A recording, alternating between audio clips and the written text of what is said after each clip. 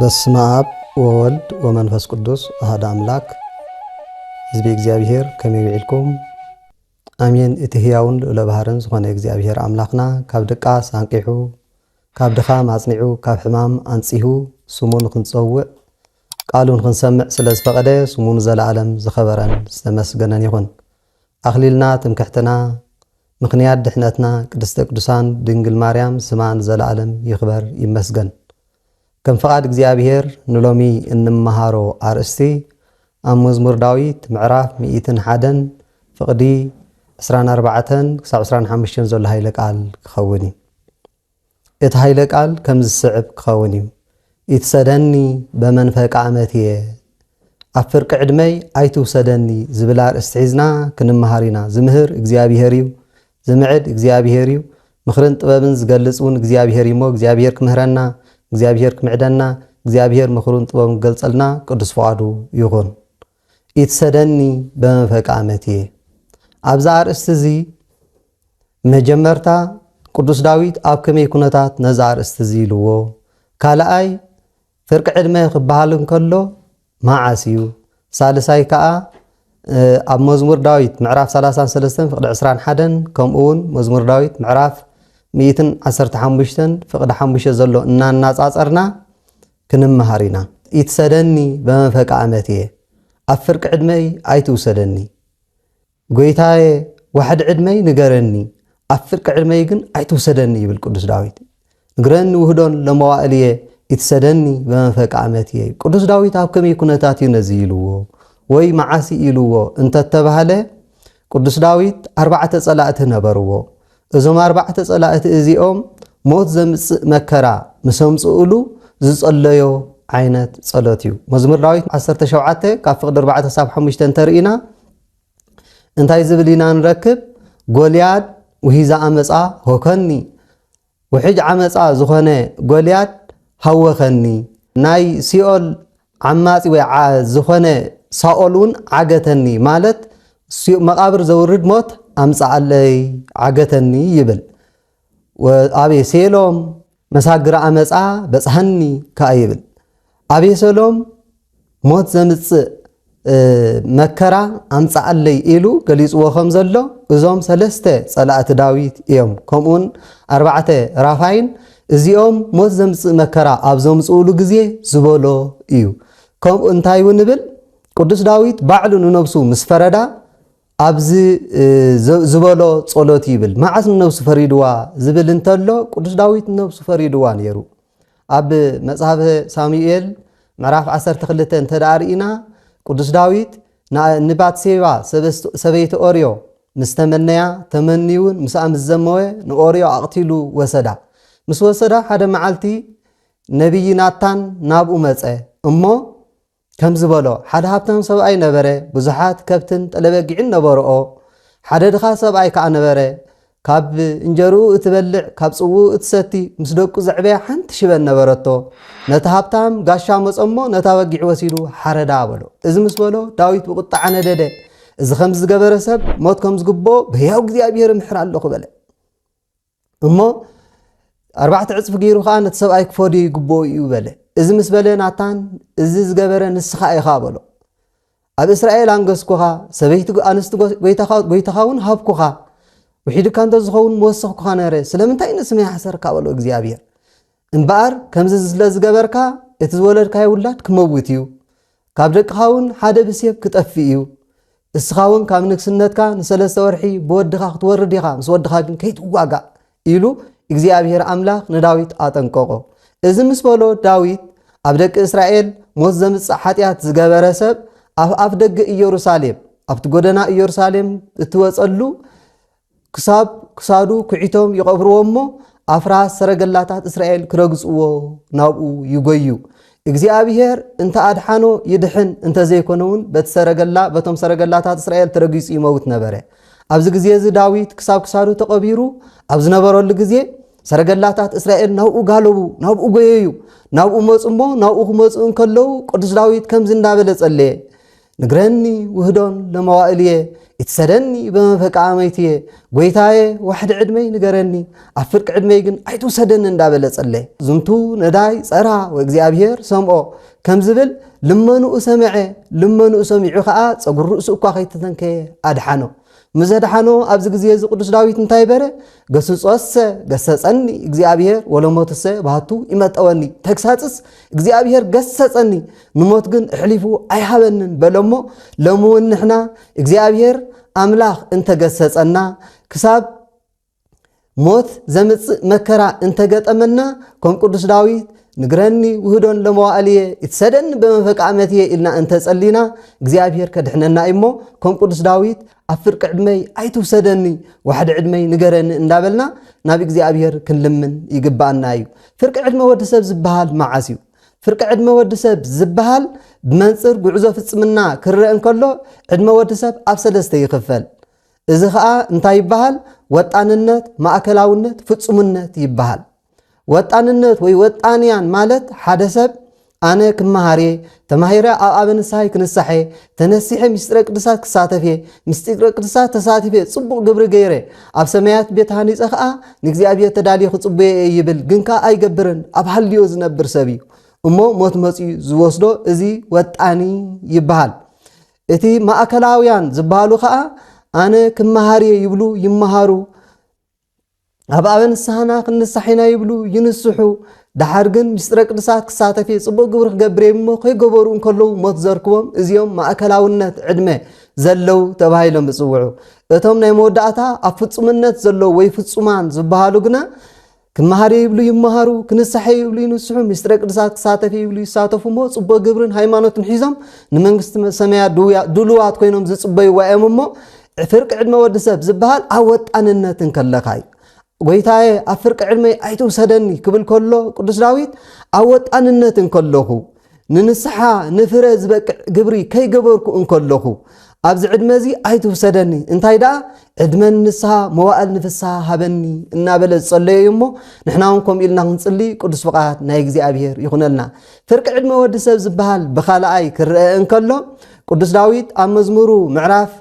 9:10 ከምዚ ይብል መዋዕልየሰ 70 እመሰበዛ 80 ክራም ወፍድፋዶንሰ መላጻማ መህማም ይብል። ዕድመይ 70 ዓመት እንተበዝሓ 80 ዓመት እሰንኳ ብብዝሕ ሕማምን ድኻምን ይብል እሞ ዕድመ ወዲሰብ 70 እዩ እንተበዝሐ 80። እዚ ፍርቂ ዕድመ ወዲሰብ ማለት 35 ክሳብ 40 ዘሎ እዩ። ኣብ ፍርቂ ዕድመይ ኣይትውሰደኒ ዋሕዲ ዕድመይ ንገረኒ ማለት ኣብ 35 ክሳብ 40 ዓመት እንከለኹ ኣይትውሰደኒ ጎይታዬ ዋሕዲ ዕድመይ ንገረኒ ማለት እሞ እግዚአብሔር ኣምላኽ ድልዋት ምእንቲ ክንከውን ንንስሓ ዝበቅዕ ፍረ ምእንቲ ኸነፍሪ ፍርቂ ዕድሜና ከይወሰደ መዋእል ዘመንና ክነግረና ቅዱስ ፍቓድ ናይ እግዚአብሔር ይኹነልና። ዕድመ ወዲሰብ ብሳልሳይ መልክዕ ኣብ 4 ይኽፈል። መንጽል ተፈጥሮ ወዲሰብ ማለት እዩ። ፍጥረት ወዲሰብ ካብ 4 ባህርያት ስጋ ካብ 3 ባህርያት ነፍሲ እዩ። እቶም 4 ባህርያት ስጋ ዝበሃሉ ማይ፣ መሬት፣ ንፋስ፣ እሳት እዮም። እቶም 3 ባህርያት ነፍሲ ዝበሃሉ ከዓ ለባዊት፣ ነባዊት፣ ህያዊት እዮም። ሰብ ዕድመ ወዲሰብ በቶም 4 ባህርያት ስጋ ዕድመ ሓዊ፣ ዕድመ ንፋስ፣ ዕድመ መሬት፣ ዕድመ ማይ፣ ዕድመ መሬት ተባሂሉ ይኽፈል። ስለዚ ኣብ ፍርቂ ዕድመይ ኣይትውሰደኒ እንታይ ደኣ ምሕፃር ዕድመይ ንገረኒ ክብል ከሎ ቅዱስ ዳዊት ኣብ ዕድመ ንፋስ እንከለኹ ኣይትውሰደኒ። ዕድመ ንፋስ ናይ ተሃዋኽ ዕድመ ንፋስ ናይ ቁልጡፍነት ግዜ ክትውስን ዘይምኽኣል ህድኣት ዘይብሉ እሞ ኣብዚ ግዜ እዚ ህድእ ከይበልኩ እንከለኹ ኣይትውሰደኒ። ምክንያቱ ትዕግስቲ ህድኣት ዘድልዮ ስለ ዝኾነ መንፈሳውነት ትዕግስትን ህድኣትን ሰላምን ሒዘ ፍረ ንስሓ ዝበቅዕ ፍረ ገይረ ምእንቲ ክጽበየካ ጎይታዬ ዋሕዲ ዕድመይ ንገረኒ እምበር ኣብ ፍርቂ ዕድመይ ኣይትውሰደኒ ማለት እሞ እግዚአብሔር ኣብ ፍርቂ ዕድሜና ምእንቲ ከይወስደና ኣብ ፍርቂ ዕድመይ ኣይትውሰደኒ እንዳበልና ክንልምኖ ቅዱስ ፍቓዱ ይኹነልና። እሱን ዕድመ ንስሓ መዋእል ንፍስሓ ይሃበና። ብራብዓይ መንገዲ ክግለጽ እንከሎ ዕድመ ወዲሰብ ኣብ 3 ይኽፈል ይብል። ወንጌል ሉቃስ ምዕራፍ 13 ካብ 6 ክሳብ 9 ዘሎ እንተ ዳእሪእናዮ ከምዚ ዝብል ንረክብ። ንሓደ ሰብኣይ ኣብ ኣታኽልቲ ወይኑ ዝተተኸለት ሓንቲ በለስ ነበረቶ። ሓላው ገበረላ ፍረ ደልዩ ከዓ ናብ ኣመፀ ፍረ ኣይረኸበን እሞ ፍረ ምሳኣነላ ነቲ ሓላዊ ኣታኽልቲ ከምዚ በሎ ፍረ ደልየ ናብዛ በለስ እዚኣ 3 ዓመት ተመላለስኩ ግን ከዓ ፍረ ኣይረኸብኩላን ስለምንታይ መሬት እተባኹን ቁረፃ በሎ እሞ እትሐላዊ መልአኽ እትሐላዊ ኣታኽልቲ ከዓ ከም ዝበሎ ጎይታይ ነዚ ዓመት እዚ ክድኳዓ ክኹስኩሳ ሕደጋ ንዓመታ እንተፈረየት ጽቡቕ እንተዘይፈረየት ግና ሽዑ ትቆርፃ ይብሎ እዚ ማለት እቲ ዋና ኣታኽልቲ ዝተባሃለ እግዚኣብሔር እዩ እታ ኣታኽልቲ ዝተባሃለት እዚ ዓለም እዚኣ በለስ ዝተባሃለት ቤተ እስራኤል ሓላዊ ኣታኽልቲ ዝተባሃለ ከዓ መልአክ እግዚኣብሔር እዩ ስለዚ እግዚኣብሔር ነቲ መልአክ እግዚኣብሔር ማለት ንመጋብ የብሉይ ንቅዱስ ሚካኤል ኣብ ዘመነ ኦሪት መጺኡ ከምዚ ይብሎ ኣነ ናብ ቤተ እስራኤል ሃይማኖቱን ጽቡቕ ግብር እንደልየ 3 ዓመት ተመላለስኩ ማለት ኣብ ዘመነ ነገስት መጻኹ ፍራእ ይረኸብኩላን ኣብ ዘመነ መሳፍንት መጻኹ ፍራእ ይረኸብኩላን ኣብ ዘመነ ካህናት መጻኹ ፍራእ ይረኸብኩላን ቁረፃ ስለምንታይ እተባኽን ንኻልኦት ኣርኣያ ኮይና ናይ ሕማቕ ኣርኣያ ኮይና ምእንቲ ሰብ ከይተጋጊ ቁረፃ ኣጥፋእዮም ይብሎ መጋብ የብሉይ ቅዱስ ሚካኤል ግን እግዚአብሔር ኦ ጎይታይ ነዚ ዓመት እዚ ክረድኦም ክሕግዞም ሕደጎም ንዓመታ እንተፈረዩ ጽቡቕ እንተዘይፈረዩ ግና ሽዑ ትቆርፆም ብምባል እግዚአብሔር መጋብ የብሉይ ቅዱስ ሚካኤል ይልምነሎም ይብል ቦ ቅዱስ እግዚአብሔር ኣብ ዘመነ ሐዲስ ንመጋቢ ሐዲስ ንቅዱስ ሚካኤል መጺኡ ኣነ ናብ ቤተ እስራኤል 3 ዓመት ተመላለስኩ ንቤተ እስራኤል ክምህር 3 ዓመት ተመላለስኩ ፍረን ሃይማኖትን ፍረ ጽድቅ እንደልየ መጻኹ ግንካ ኣይረኸብኩሎምን ስለዚ ኣጥፋእዮም ንምንታይ መሬት የባኽኑ ንኻልኦቱን ሕማቕ ኣርኣያ ኮይኮኑ ይብሎ መጋቢ ሐዲስ ቅዱስ ገብርኤል ግና ጎይታይ ነዚ ዓለም ዝኽረድኦም ነዚ ዓመት ዝኽረድኦም ነዚ ዓመት ዝሕግዞም ሕደጎም ንዓመታ እንተፈረዩ ጽቡቕ እንተዘይፈረዩ ግና ሽዑ ተጥፍኦም ይብሎ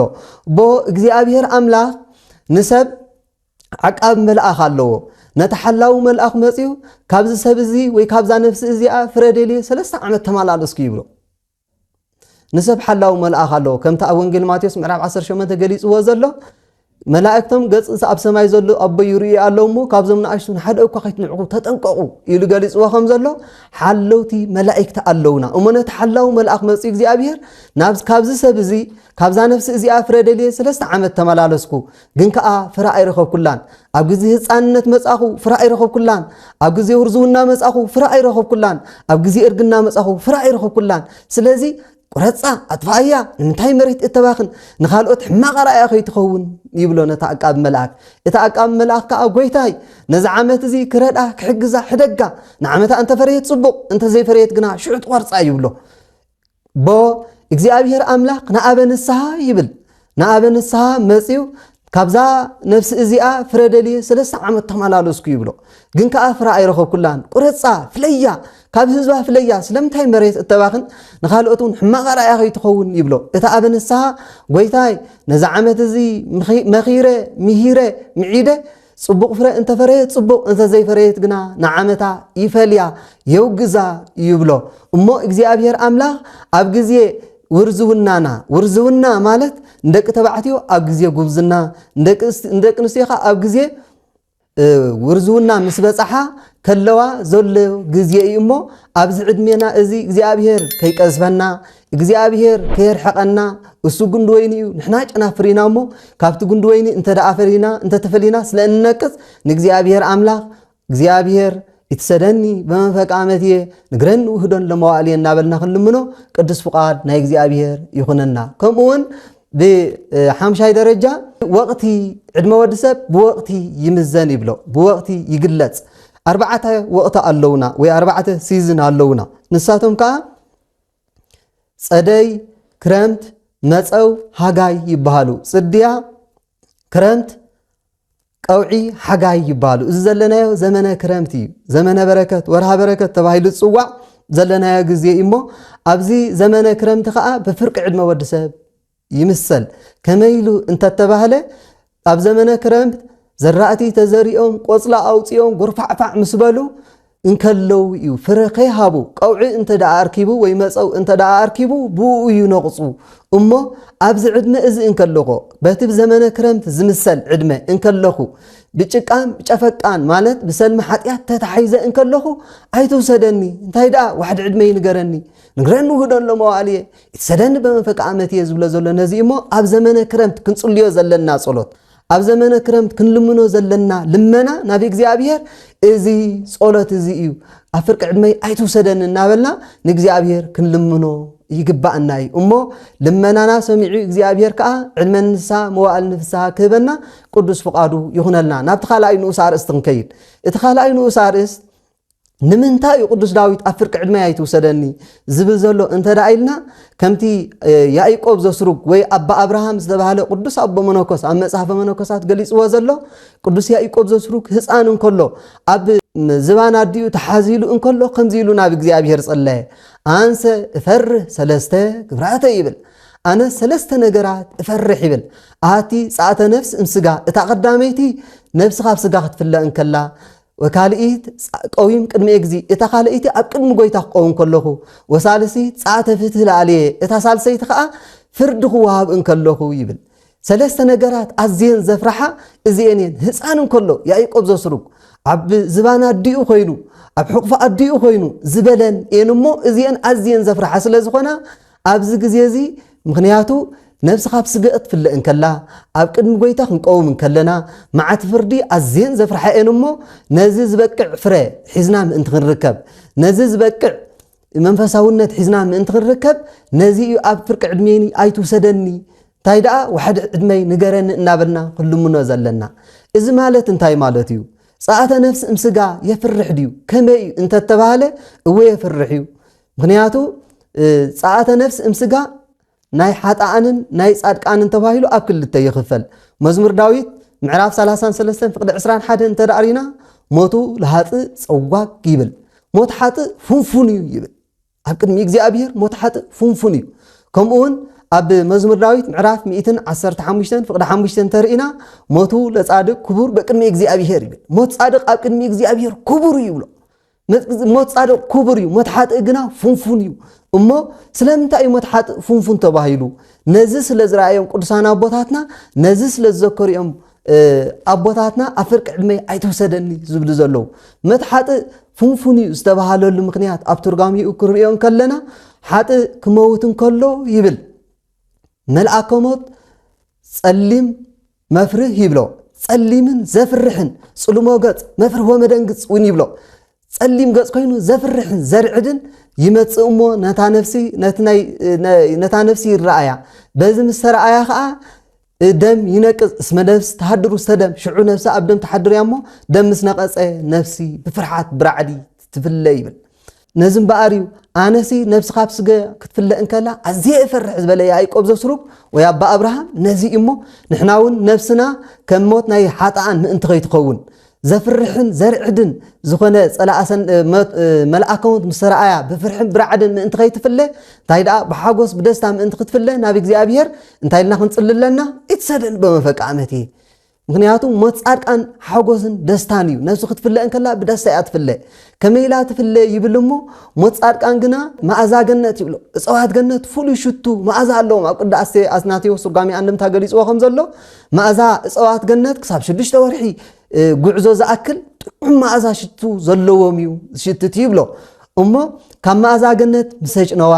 ማዓዛ ገነት بزماري داويد بمهالية ملائكت بحاجوس بدستا دس سيلوا خاب سقات في الليل موس جانا كاب نفسنا دس سيلوا من انت خد في الليل بزماري داويد بمهالية ملائكت بمعزا جنت بزم انت خد في الليل لو من እግዚአብሔር دلوات كنا خنصون حمو እግዚአብሔር أملاك كأقوم تون قدسان بمزمور داويدن بمهالية ملائكتن نفسنا خفليا قدس فقادو يخوننا نزيو أنا ثلاث نجارات افرحي يلو قدس يعقوب زسروق اب ህፃን كله زبلوا بحقوق عديو باز مخنيات ازي امو نحنا كنطنقق يغبانا اي خالاي نفس حاط كاب سغا كتفله انكلا يبل كتفله انكلا مستفليت شعو ملائكه صلمات يقبلوا بحالنج اسات انهارمو اناسقايو خا يوسدوا يبل موت لحط صواق بقم እግዚአብሔር اذا ازي زفرح موتيو موت لصادق كبور بقم እግዚአብሔር موت صادق غنا كبوريو كاب سغا مستفليت ملائكه بحاجوس بدستا بإللتا يوسدوا وتقبلوا ملائكة أبوه يرساليم كم زبل نيابونا قبروا منفس قدس نفسنا ملائكة برهان بحاجوس بزماري بإللتا بمهالية تقبلوا موسدوا أمو موت صادق كوري قدم እግዚአብሔር موت حاطق غنا فنفن قدم እግዚአብሔር مو موتنا موت حاطق كيكون انتي دا موت صادق من تخون ني እግዚአብሔር افق قدم يتوسدن نابلنا كنلمنو يغبانا حاطق مسمته نابياتو ناب جهنم اسات دلوت لهاتان منግስተ ሰማያት ድሉት ለጻድቃን ከምዝብሎ ባንም እሳት ንሓጣን ዝተዳለወት ያሞ ነፍስ ጻድቃን ሒዞም ወሲዶም ናብ ሲኦል ይእትውዋ ናይ ጻድቃን ግና